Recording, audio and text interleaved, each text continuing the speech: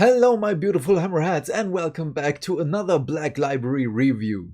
This time, Watchers of the Throne, The Emperor's Legion by Wraight. Immanuel Kant is a heretic philosopher.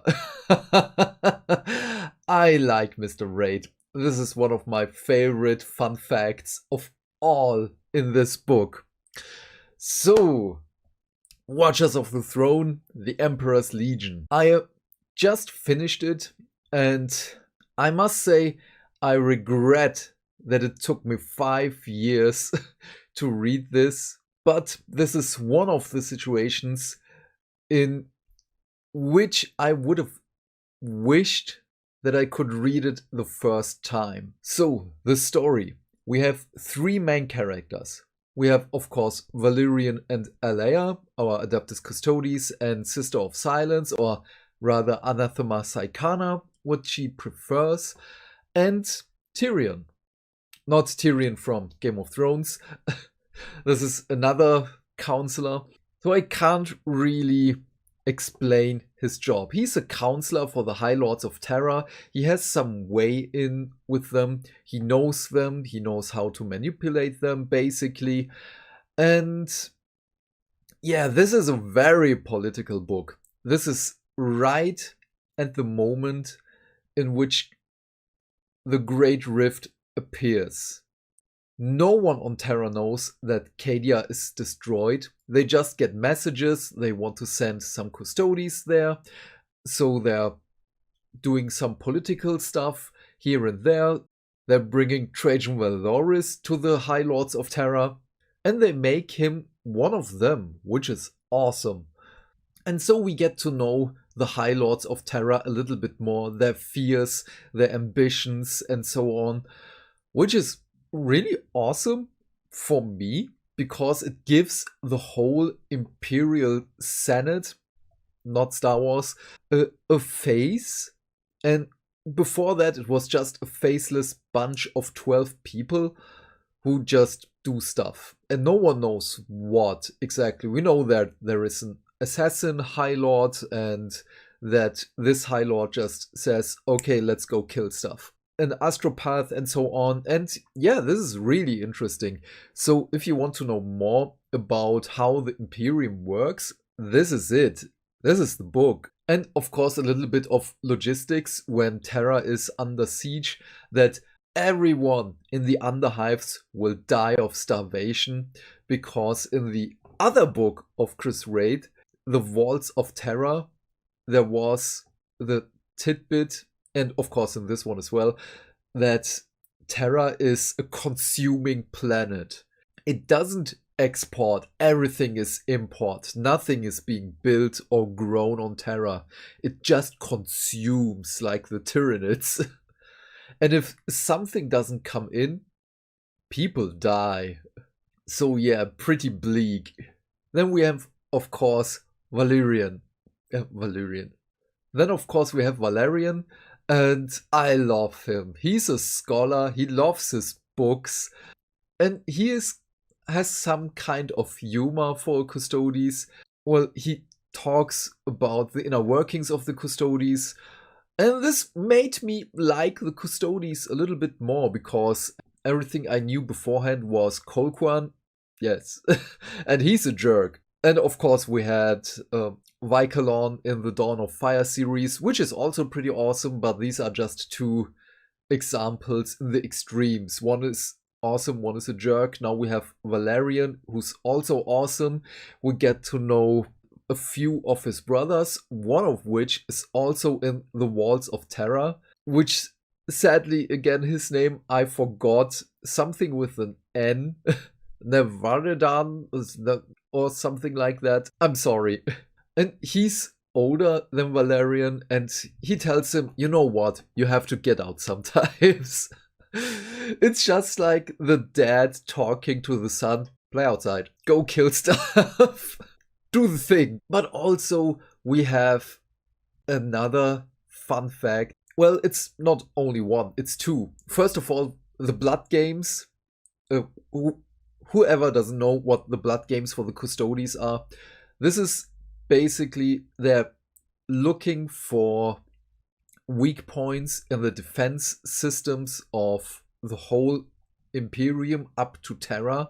So either they infiltrate or they send out a threat into the palace and they hunt it. And this is, of course, it's rather dangerous to hunt something which you bring into your own safe space, basically. But you have to train in the place you are defending. And the hunting in itself, the Imperial Palace is a continent. So there's that. It's not only, oh yes, it's a 50 by 50 meters palace. Go hunt. And the other thing which I loved is the Emperor. This is one of the best parts in 40k lore ever for me, is that we get to see the Golden Throne and the Emperor. Basically, Valerian is not sure, but it is pretty clear that just the sheer physical force of the might of the Emperor pushes him away, and that there is a threshold which he cannot cross, because he's kind of being chosen to be one of the few who will guard the Emperor by his side. But as the door opens to the real inner sanctum, he can't pass this threshold. It's just too much. But he looks up there and just glimpses maybe a face. He just says skin and something. Oh, it's just amazing. I love this part. And he just turns around and just shudders, something he doesn't know because it's just so overwhelming. Oh, beautiful. Thank you, Mr. Wraight, for this. And then, of course, one of my favorite characters, the Anathema Psychana Alea, the Sister of Silence. So this is before the talents of the Emperor are a thing again. The sisters are just on the black ships, they're gathering psychers and so on, and they're being kind of pushed into obscurity because it's very hard to be around nulls. So yeah, no one really paid any attention to them, and the whole order of sisters just is kind of dying. But there are hints here and there which Alea picks up, and at some point she discovers a map. And with this map, she knows, I have to get this back to Terra. I have to show this to someone. I have to show this to the custodes or someone in the higher echelons. They have to know this. And we get to know how it felt for her that the whole sisterhood just is dying, that they have no real financial backup, basically. Their equipment is breaking. It's all just, yeah, it's just there. They have to use it, what they have. And they're not in a good state. Respect that they're still doing it, but they believe in the cause. And yeah, there are a little bit of fight scenes in there, but the majority of the book is really just enjoy Terra. It's not like a commercial for come to Terra, it's great. We have cathedrals, there is no water here, there is no beach, but go pray, or something like that. But we get to know Terra a little bit more, so every novel of Chris Wraight basically is just no Terra. And this is awesome, I love this, I can't wait to read more. But yeah, then we get the news Cadia is destroyed. Well, the rift opens, the Cicatrix Maledictum is a thing now, and the whole High Lords of Terra are just like, we have to get everyone back, we need this planet safe. And the Custodes are just like, no, we're going to Luna. We have a thing there. And everyone is, why? Well, the Grey Knights are coming and they are capable of seeing things in the future. And then, yeah, Gilliman comes, of course. And at this point, the whole Primarch Rising events are just merging with this story. And it's beautiful. The fight scenes are from the third perspective with Tyrion. And, of course, the first person perspectives of Valerian and Alea. And this is so great. This is the first time in which, when the legions of Khorne are attacking Terra, that Valerian and Alea are meeting. And she's just like, oh no, I hate him. The custodes they are so pompous. They have everyone behind them, but they're just standing there in the palace. They should have gone outside. They should have fought for the Imperium. And so on and so on. And she's really angry, but she still saves his life. Then we get to see them in... This is so beautiful. I can't find the words for this. This is so heartwarming. Because he's just like, she saved my life. I owe her a debt.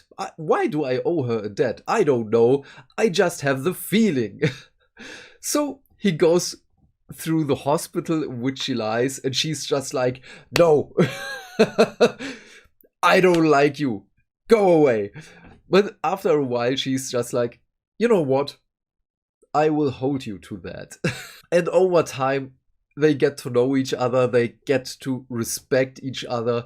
And the relationship between those two is so lovable. This is everything I wanted to see between Custodes and Anathema Psychana. And of course, the Black Library curse has struck again. I have here Valerian, and I did start painting him while listening to the audiobook. But I will finish this, and I will finish Alea with the second book. This is my goal now, because I love these two. And I will use the Black Library curse for this. To be honest, I don't know what else I could say about this book. I just love it. Of course, there are again a few problems with it. One of the fight scenes is a little bit too long, but that's totally fine. I kinda guessed that there is something like this. But with the sheer amount of behind the scenes politician stuff and get to know Gilliman from another perspective. Yes, even in the Talents of the Emperor book, I adore Gilliman. Just let me. Oh yes, and with Tyrion, as he met Gilliman, he gets a really special job. I won't spoil it, it's just awesome. But we have the before and after Gilliman, after he met his father in the throne room. At first, Tyrion says, oh, he's like a prince, he's awesome. He's a warrior prince, he's beautiful. And after a few days, Gilliman emerges from the throne room. And it's just like, oh no, he's gotten old. The weight of the universe is on his shoulders. What is happening? But yeah, I love him. He's still my favorite son. But yeah, what are your thoughts about this book? Please leave your thoughts and questions in the comment section down below. I am keen to know what you have to say. And while you're down there, do all the YouTube stuff, because hitting buttons is fun. If you want to support the channel and you don't know what to say, just write Valerian in the comments. Have a great day, my friend. Stay fantastic. Stay hydrated. And I will see you in the next video. Bye!